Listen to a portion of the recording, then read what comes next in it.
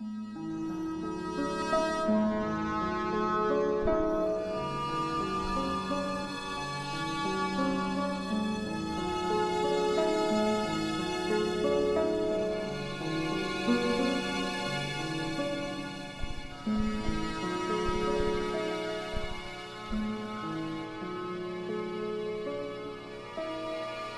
beg your pardon. Are you André Lobineau? That's me. You want my autograph? No, I was told you may be able to help me. Help? My name is George Stobbart. I'd like your professional opinion. Well, okay. Shoot. Does the name Montfaucon mean anything to you? Sure. It was the most grisly spectacle in Paris until the Revolution. A public toilet? Montfaucon was the place of execution for many thousands. A dark temple of death, with row upon row of arches, each one framing a grim exhibit.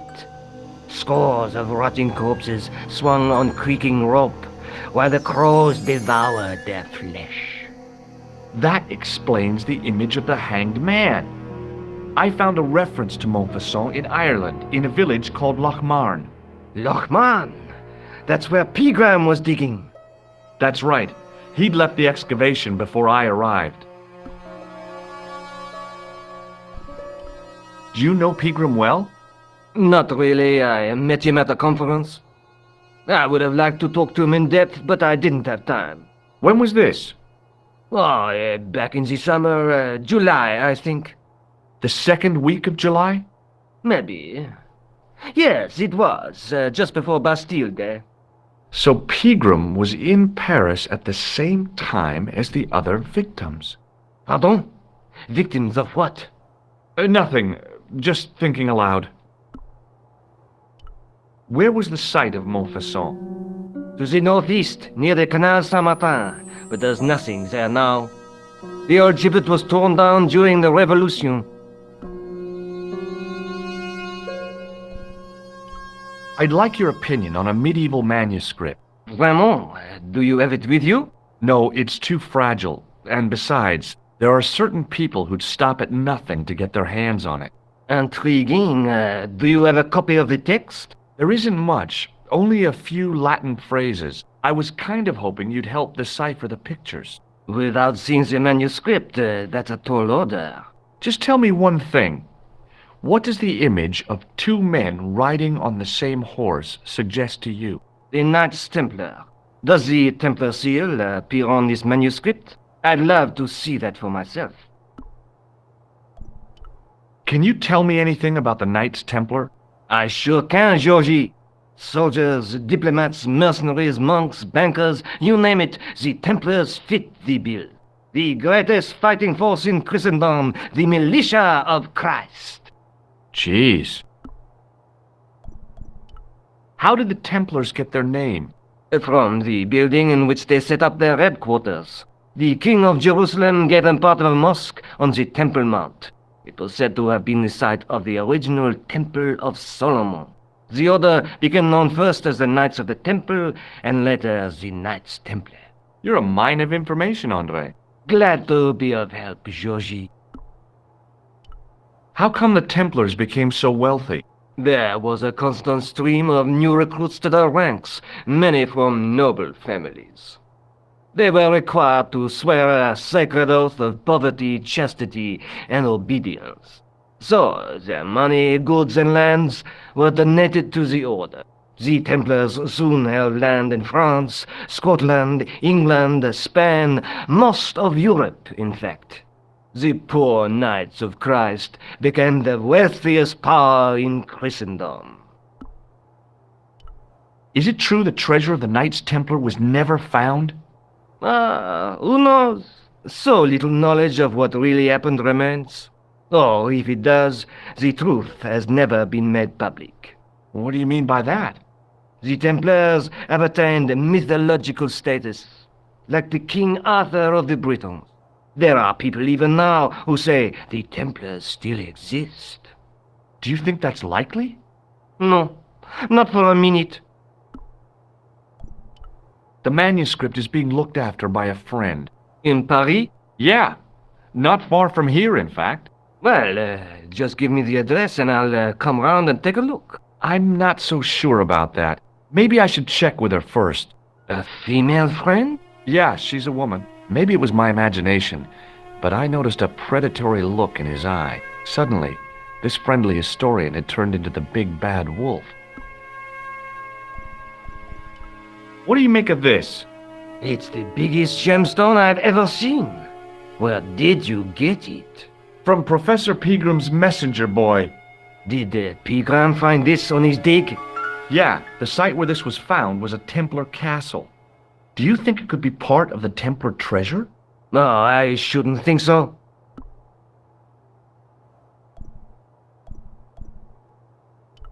This friend who has the manuscript? The anonymous girlfriend.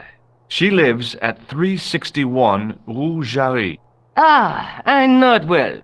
I'll drop by. Just as soon as I can. Thanks for your help, Andre. You're welcome.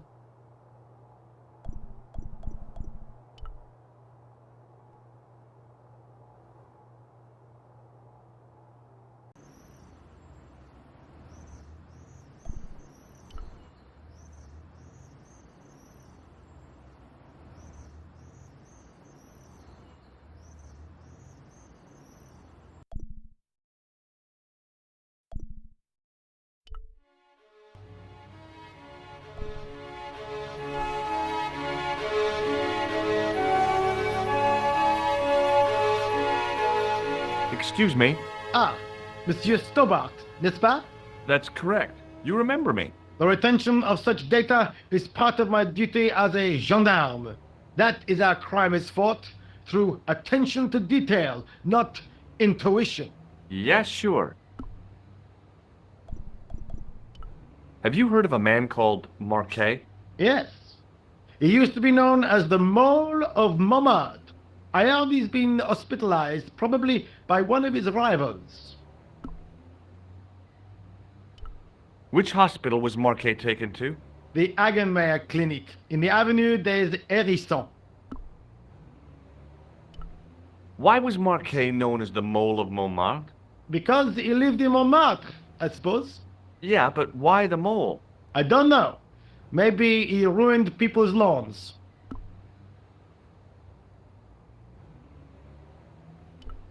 I'd like to report an assault. Yes, monsieur? Where is the victim? I'm the victim.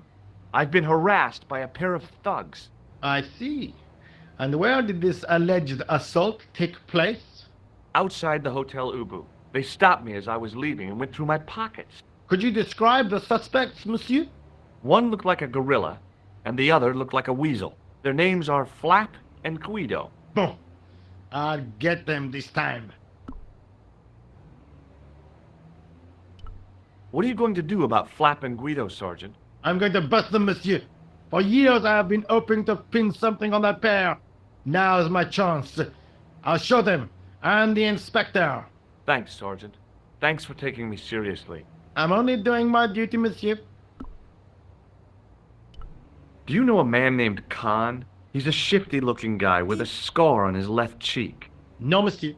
Has this man any connection with the bombing of the café? Yes.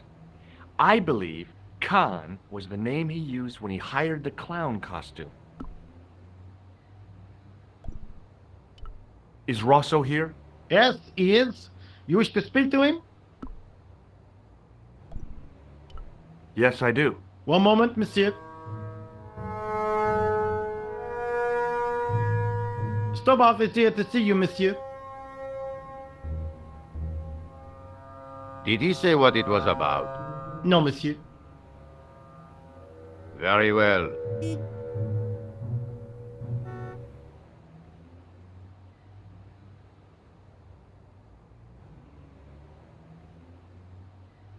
Hi, Inspector. Remember me? But of course, Mr. Stobbart. My mind is a well-ordered faculty. A mental classification system that's the envy of the Bibliothèque Nationale. No tricks, mark you, monsieur. Just exercise. Just as our muscles waste through inactivity, so our minds decay. But there is no need.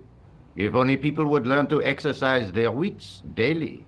If he was trying to impress me, it worked. He was pompous and patronizing, but he had style. Eh bien, if you called about the bombing, you're too late. Investigations have been closed, but I've been taken off the case. What about the murderer, the dead guy? It is out of my hands.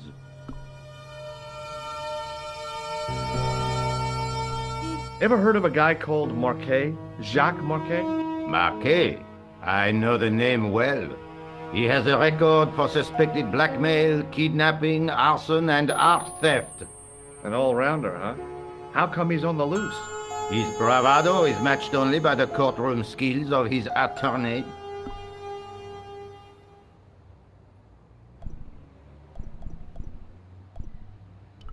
Did you find out the ID of the guy who was killed in the explosion? I already knew who he was.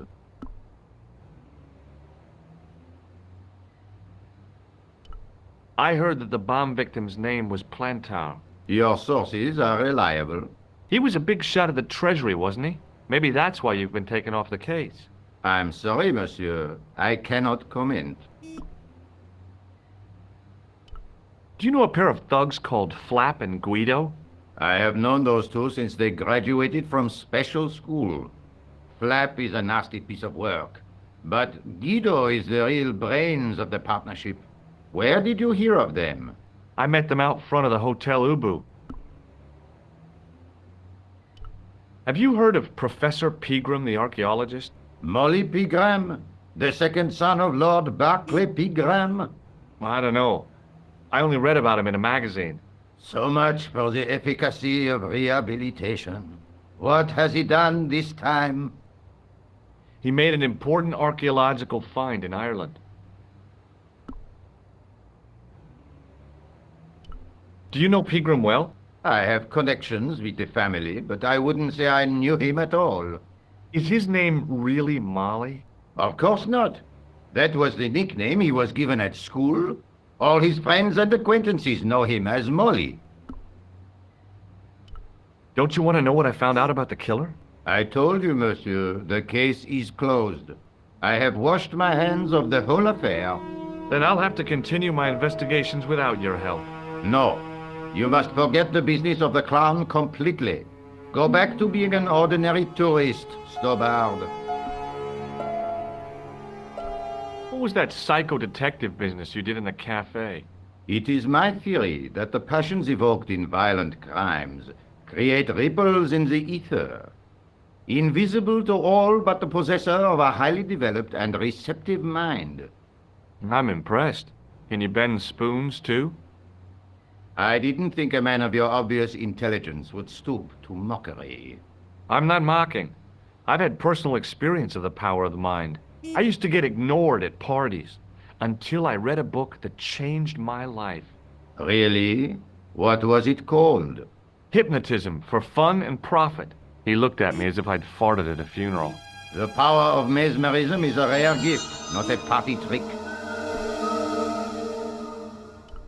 You're not going to try any of that psychic interrogation on me, are you?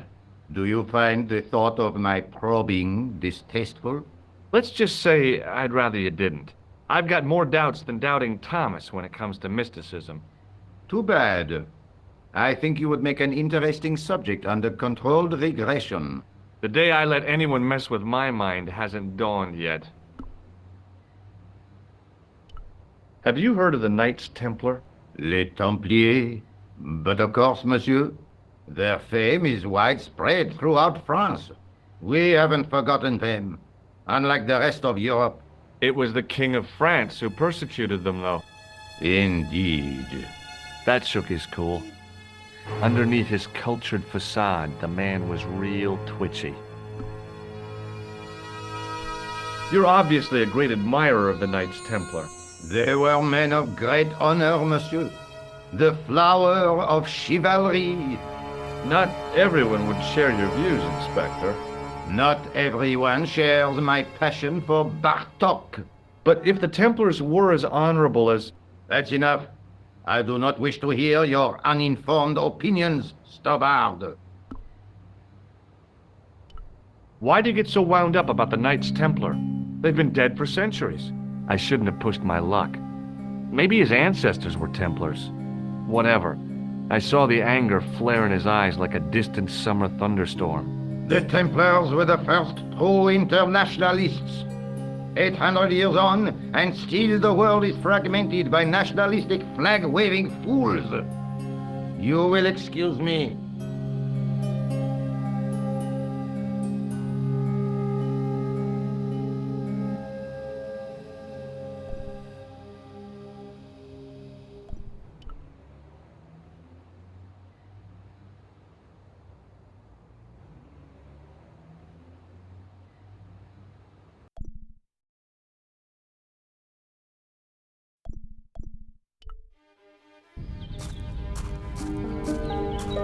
The old building managed to retain some of its original grandeur, but the modern additions looked like a baseball cap on a statue of a medieval saint.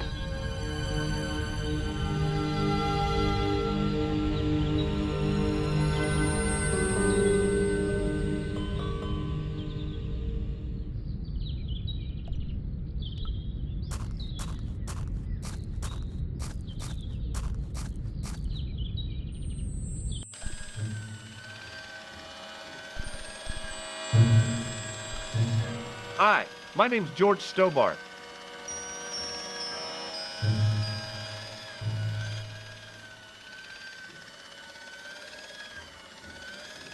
Pleased to meet you, sir.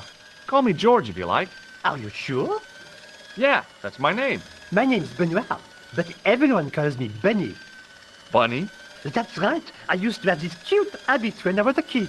Keep it to yourself, Benoit. Do you know anything about a patient named Marquet? And no, sir, I don't know much about any of the patients. I've never met a doctor who admits that he's only human. I'm only a trainee, sir. I'm sure I'll get the hang of things.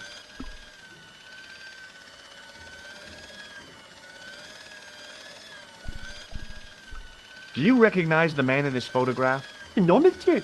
I've never seen him before. See you later. Right.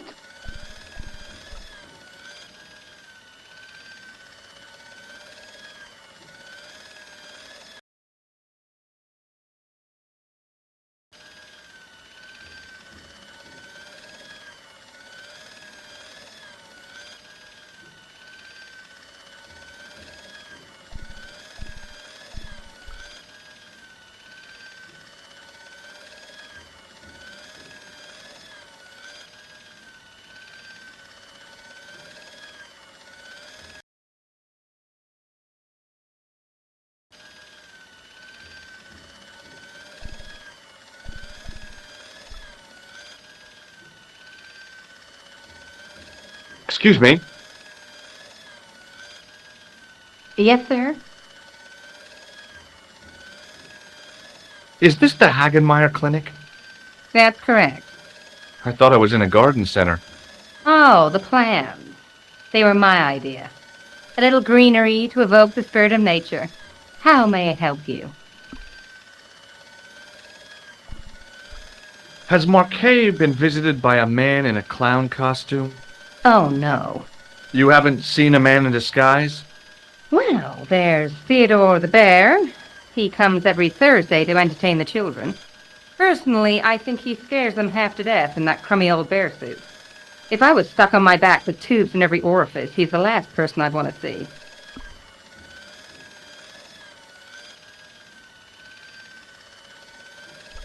Has Marquet had a visit from a pair of gangsters? I should hope not. Can you describe them? A thin guy who looks like a weasel and his friend, the gorilla. Sounds as if they escaped from a zoo.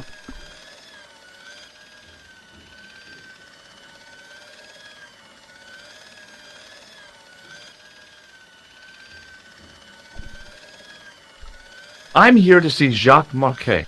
Oh, yes. Are you related to our client, sir?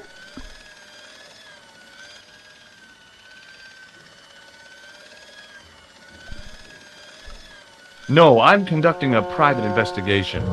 Then I can't help you.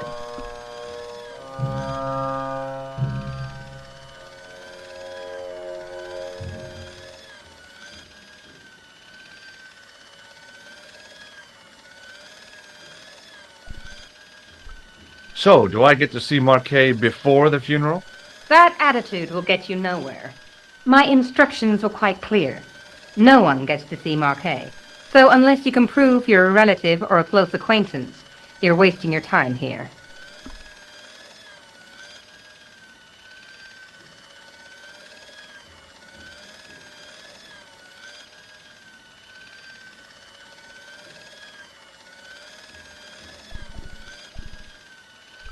Look at this ID pass. So you're Merlin. Marquet's been asking for you. For me? Yes. He was shouting your name when they brought him in here. Now, let me see. He was on Ward B12, as I recall. Oh, he's being transferred to... Oh dear. He's on Ward J2. That's Nurse Grendel's ward.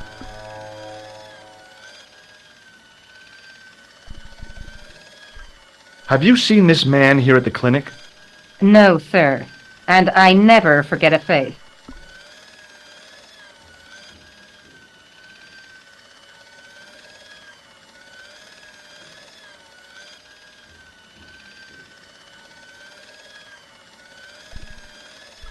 What's so bad about Nurse Grendel? She runs that ward like a South American prison. Keeping a well-disciplined ward isn't a crime, is it? Well disciplined. In the discipline and punishment stakes, she'd whip the butt off the Marquis de Sade. Everything, I mean everything, is done to a strict routine. 6 o'clock, alarm call. 6:10, bowel movement, and woe betide anyone who doesn't have a result. Those patients of hers are like Pavlova's dogs. She sounds like a real nightmare. And then some. If Nurse Grendel is that bad, how come the authorities tolerate her? She's like part of the furniture. Oh, you mean she's been here a long time? No, I mean there's not a man in this clinic who hasn't sprawled out on her. I was beginning to get the picture. This woman was jealous, with a big green capital J. How do I find Nurse Grendel's ward? Down the corridor on the left, turn right at the senior consultant's washroom. Right again at the executive coffee lounge. Bear left past the administrator's sauna. And turn left at the end. That's J2. And good luck.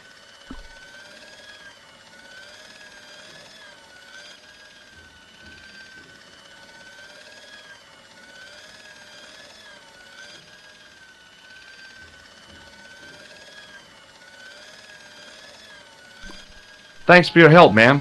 You're welcome.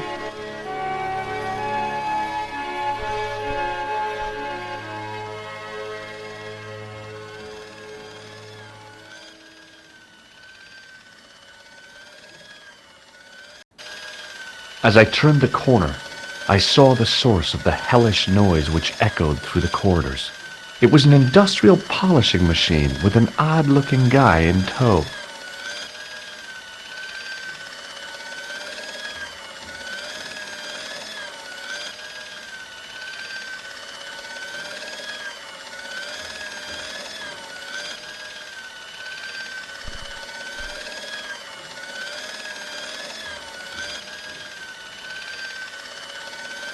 Hello.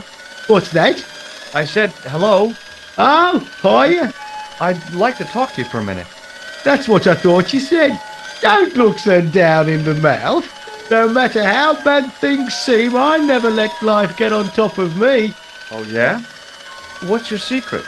Why, it's easy. All you have to do is smile and whistle this little tune. You know what? If you start whistling, I'll bust you in the teeth. It's a deal. Do you know a nurse called Grendel? Sure I do. Is she on duty today? Yeah, end of the corridor, Ward J2. Have you seen any unsavory characters lurking about in the corridors? No, sir, I haven't. but I've got nothing to worry about. What's that, Mr. Shiny? You'd take good care of the rascals, I'll bet you would. With a friend like him, I've no fear of oppressors. It must be a great comfort. He is.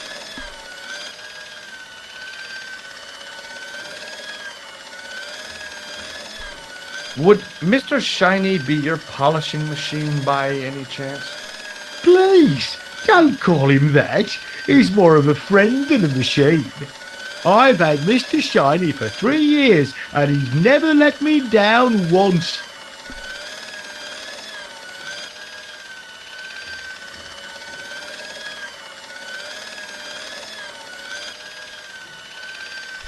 How come you got so attached to a polishing machine? I asked you not to call him that. He's got a name, you know. Yeah, Mr. Shiny. It's just that... You think it's odd, don't you? No, I don't mind. The rest of the staff think I'm twisted. I heard them snorking behind me back when I gave Mr. Shiny his weekly pull through. Whatever you've got with this metal mopfoot is probably a fine and noble thing. It is? Say, it's not every day I meet someone as crazy as me.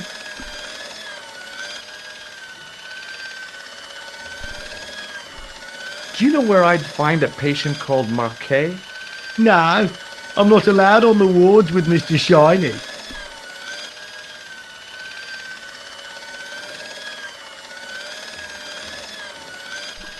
See you later. Yeah, take care now.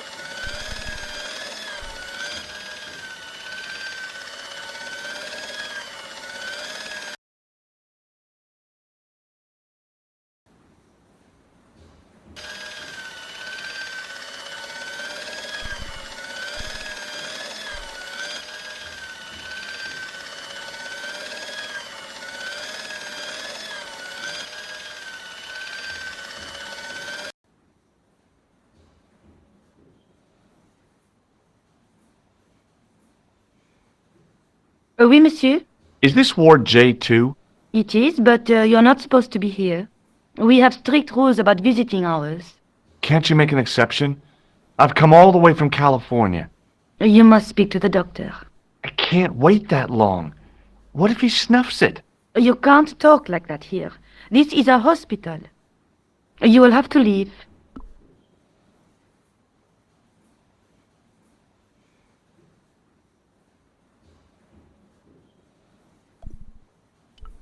Do you have any clowns on the ward?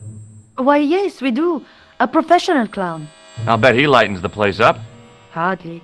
Monsieur Boissy has been in a coma for the last 3 months.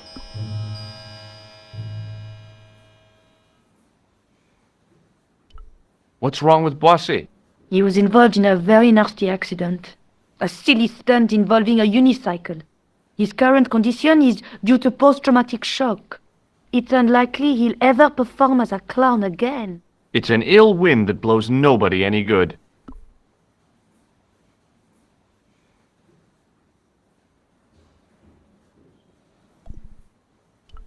Do you have a patient named Marquet on this ward? Oui, monsieur. He is in the private room at the end of the ward. He has been placed in strict isolation.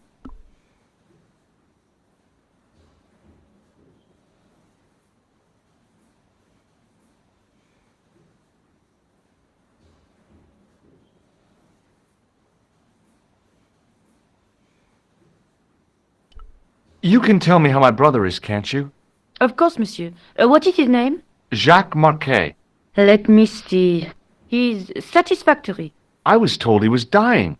Well, he is, but the doctor described his condition as satisfactory. That's quite an improvement on yesterday.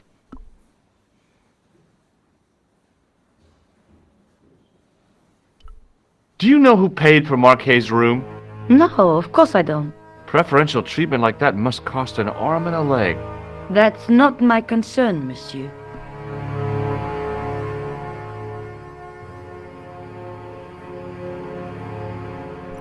Thank you, nurse. You may come back at visiting time, monsieur. Thanks. When is that? The second Tuesday of each month.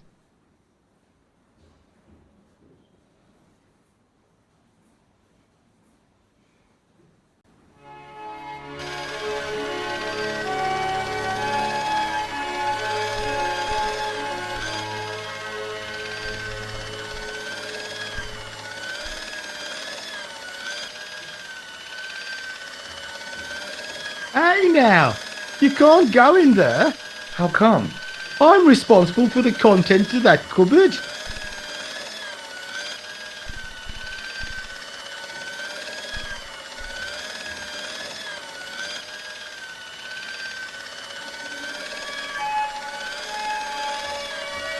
Maybe the face of the unaccountably happy domestic had made me unduly suspicious.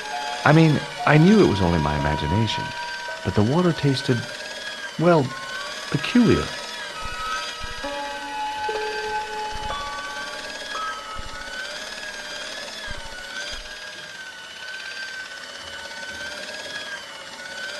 Maybe the face of the unaccountably happy domestic had made me unduly suspicious. I mean, I knew it was only my imagination. I guess the water cooler.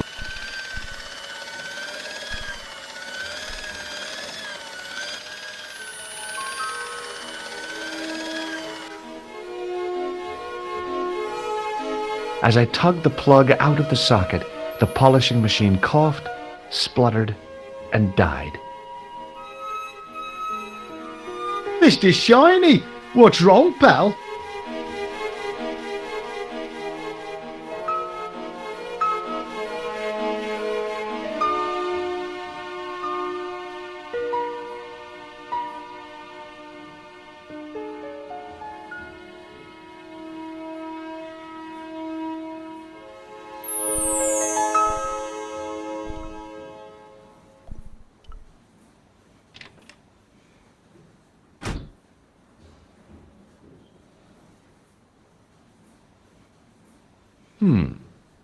Dr. Stobbart at your service.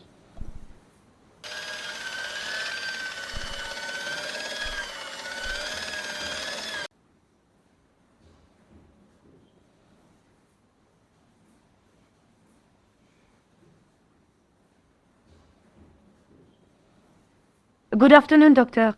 Oh, hi. Is this Ward J2? Yes, sir. The patients are ready for your inspection, Doctor. Thank you, nurse. Well, who's first? Monsieur Croquet in bed 2. What's his problem?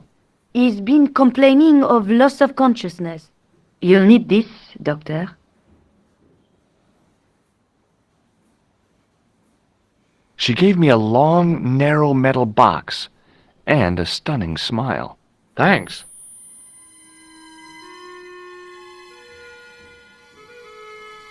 Hi, I'm Dr. Stobbart. Hello, Doctor. The nurse told me you keep losing consciousness. That's right. I've had the problem as long as I can remember. It's a real out-of-body experience. Like death, but not so conclusive. I see. How long does it last? Just a fraction of a second, and then I recover. I might not have been a doctor, but I was formulating a diagnosis all the same. This guy was nuts. I know exactly what you mean. It's known in the medical field as blinking. Is it serious? Of course it isn't serious. It's perfectly natural. But just think, 2 seconds every minute. Why, that's almost half an hour every day. 2 weeks out of every year spent in total darkness. I don't have time to listen to this baloney.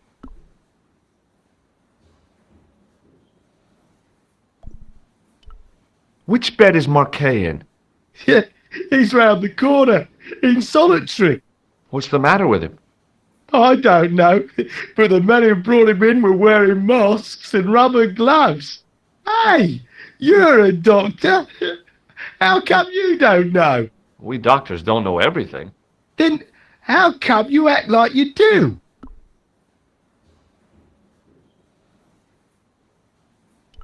Has Marquet had any visitors? Nah, neither have I. That's the worst thing about being in hospital. You feel like the rest of the world has abandoned you. Well, you know how it is. Life goes on. Thanks for those comforting words.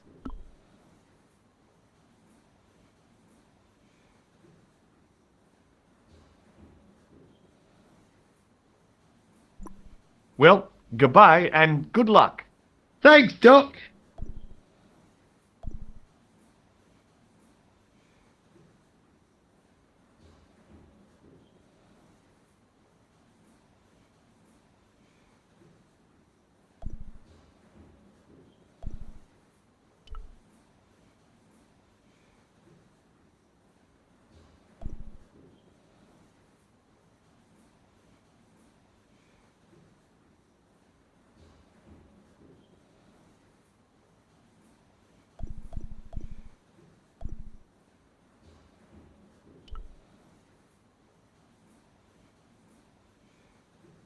The name on the chart was Boissy.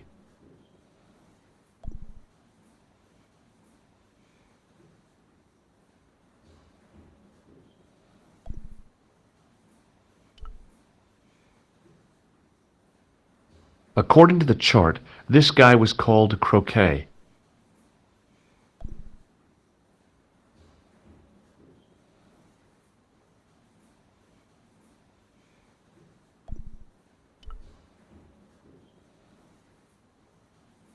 The name on the chart was Sopmarsh.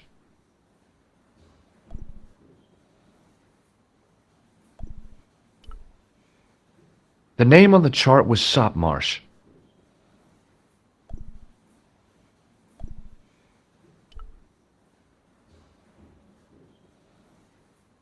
Hello? Anybody home? Who are you? My name is Dr. Stobbart, and I'm here to steer you down the rocky road to recovery. Dr. Monroe said there was no cure for what I've got. Your problem is you stayed in bed too long. Are you sure you're a qualified doctor? You better believe it.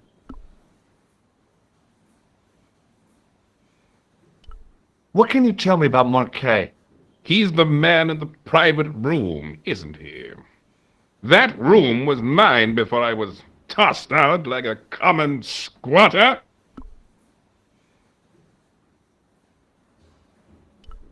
Do you know what's wrong with Marquet? They won't even say what's wrong with me. Tell me, Doctor, what's your opinion? It's too early to say. But I've been here for 3 months. What's your impression of Nurse Grendel? She's a very efficient young woman. Efficient? You make her sound like a vacuum cleaner. I've no complaints.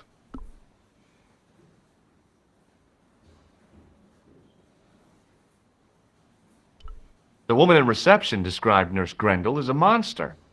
Well, that's simply not true. She's quite strict, but that's her job, isn't it? You've got to have discipline in a place like this.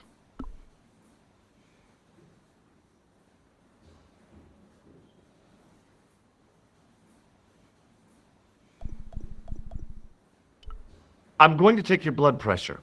Why? I'm a doctor. It's my job.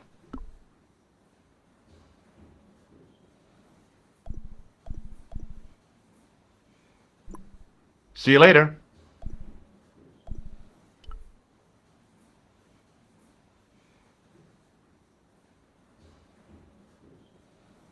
Hello again.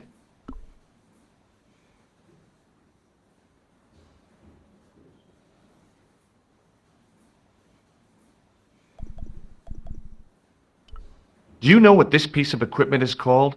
No, I don't.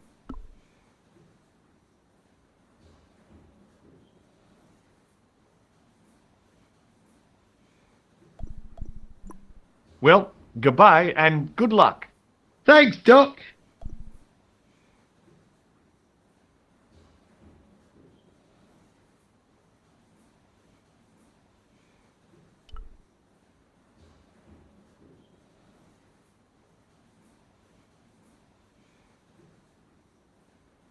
Doctor, What is it? you haven't taken my blood pressure.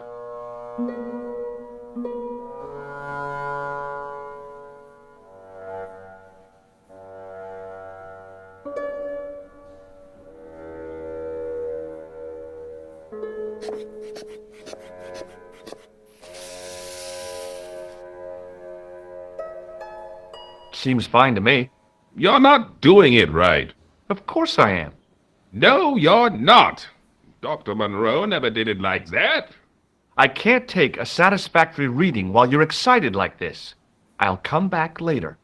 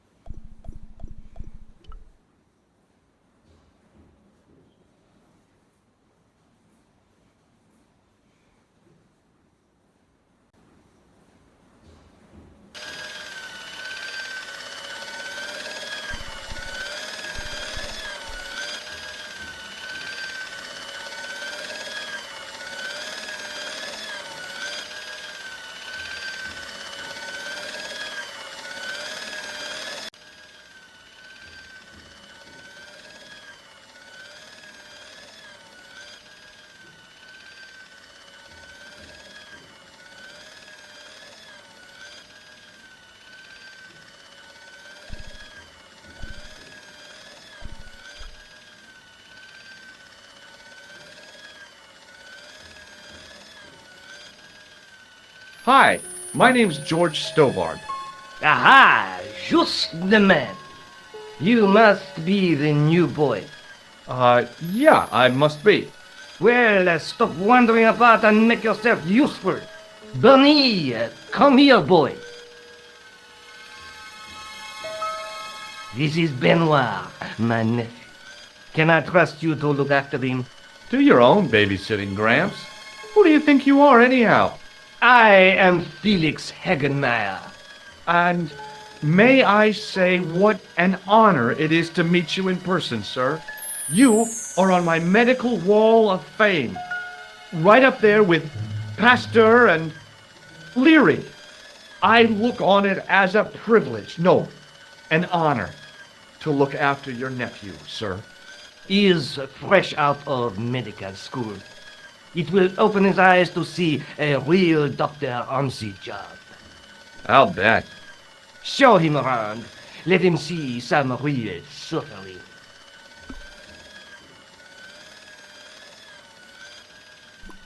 So long, Hagenmeyer.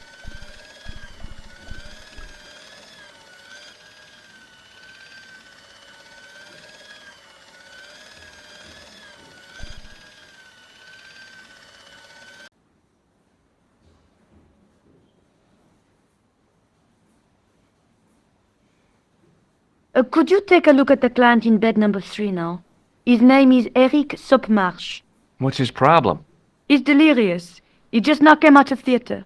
He's recovering from major surgery. I'll have him up and about before you can say, Lazarus, get out of your bed and walk. Hi, it's me again.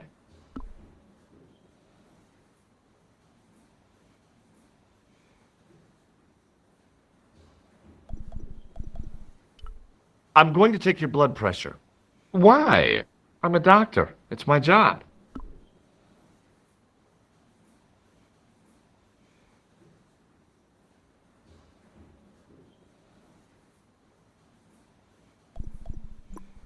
See you later.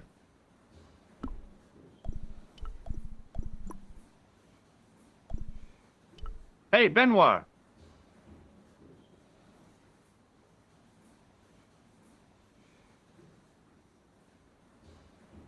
There's no need to shout. What do you want? Here, take this pressure gauge. Thank you, sir. What do you want me to do with it? Well, keep it safe until I think of something.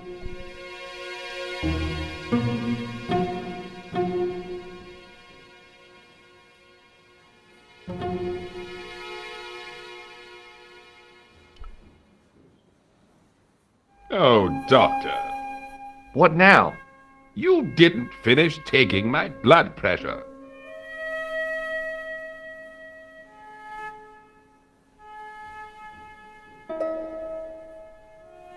You don't have the first idea what you're doing, do you?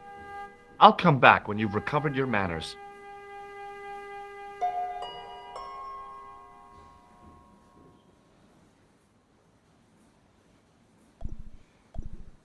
Hey, Benoit.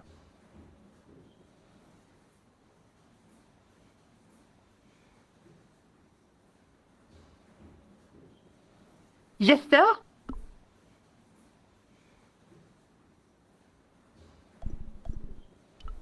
Do you know the nurse on Ward J2? No, monsieur. This is my first day here. I can't wait to get my hands dirty. I was talking about treating my first patient, of course. I didn't mean to get my hands dirty with a nurse. Shut up, Benoit. Okay, sir.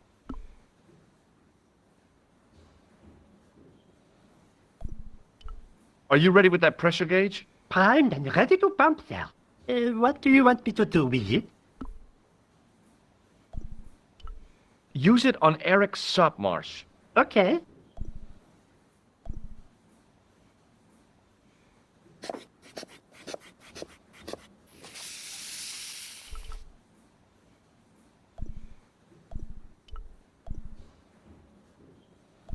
I'm Dr. Stobbart. Bonjour, docteur.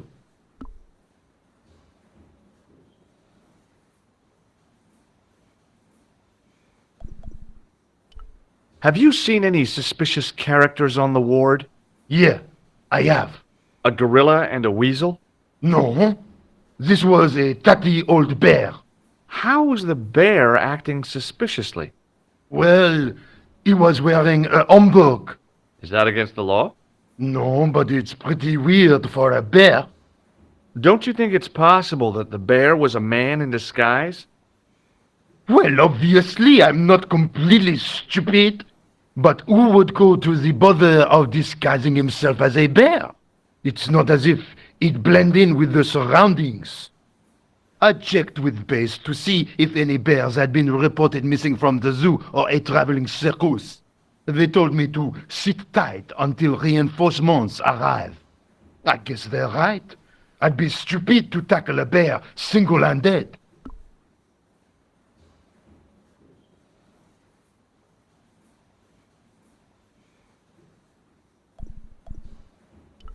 Have you heard of a guy called Marquet?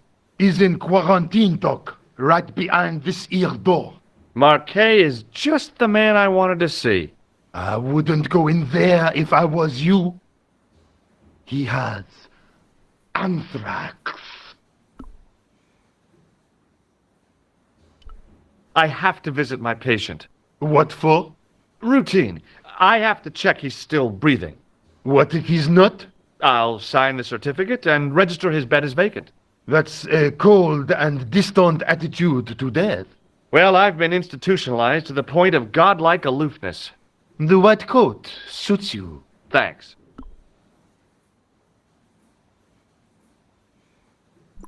Catch you later, officer. Au revoir, Doc. If you see that bear, kick him in the nuts.